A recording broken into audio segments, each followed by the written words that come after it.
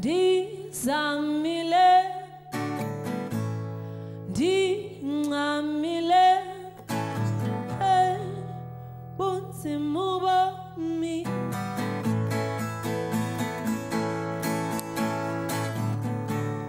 Ndizamile, ndingamile, bunzimu bomi. Mama, I'm not as patient as you are, and was unyamezela, and didn't amandla afanana wako. Oh mama, mama, I'm not as loving as you are, and didn't luthando.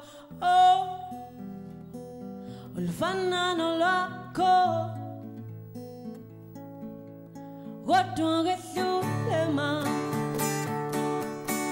kodwa ngehlule, kodwa ngehlule ma,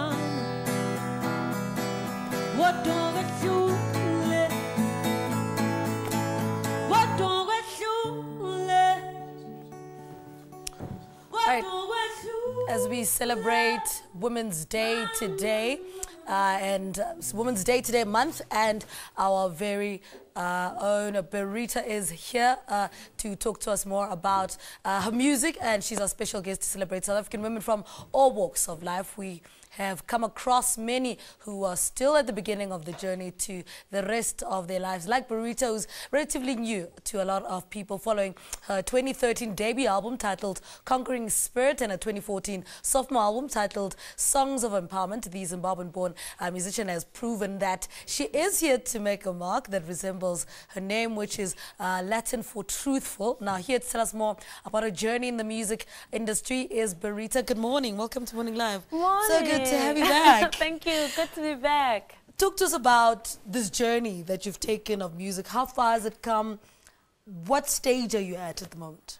You know, it's been 3 years now, and I just had a big concert in East London celebrating the 3 years. I just came back from Amsterdam, where I was representing South Africa in the celebrations for Mandela Day in the Netherlands. And I look back 3 years ago to when I started, to when I moved to South Africa with just my guitar and suitcase. And I admire the journey that God has put me through. What was that like? Describe that journey in the UK.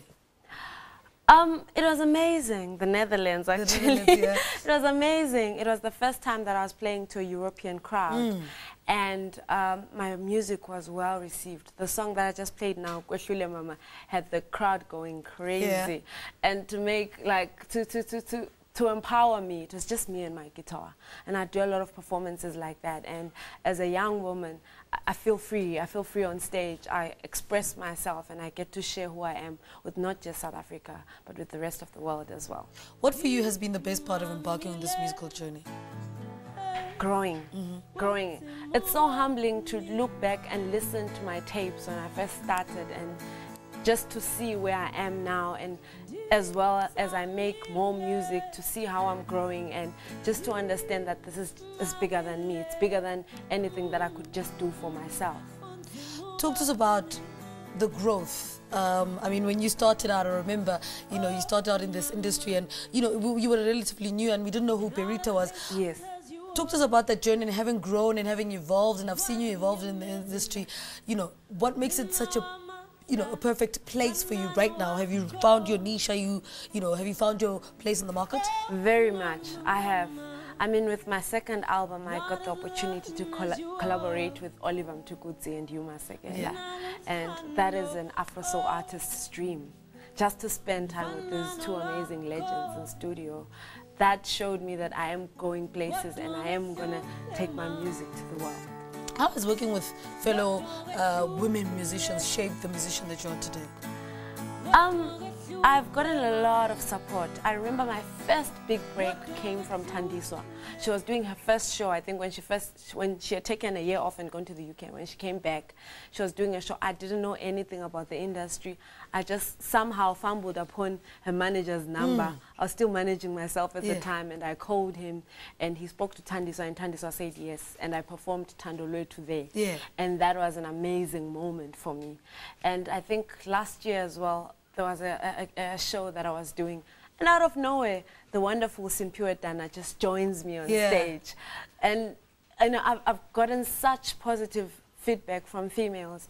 And I remember this one time where I got to just sit an hour and talk to Lyra about the music industry. So I really appreciate the role that women play in supporting each other. Who's your favorite woman? My mother. Even my name, Berita, because my real name is Guguletu, Guguletu Kumal, but Berita is my mother's ID name. So when I started my music career, I knew that I wanted to do something that was bigger than myself, and I knew that the best way to do that was to honor the most beautiful woman in my life. It was my mother. All right, Berita, thank you so much for talking to us. Berita's our music guest this morning. She's a singer, guitarist, songwriter, whose second album is titled Songs of Empowerment and is a testimony of the kind of mark she wants to make on ordinary people using her extraordinary gift. Stay with Morning Love to hear more from her later on the program. Let's take a break. Stay with us.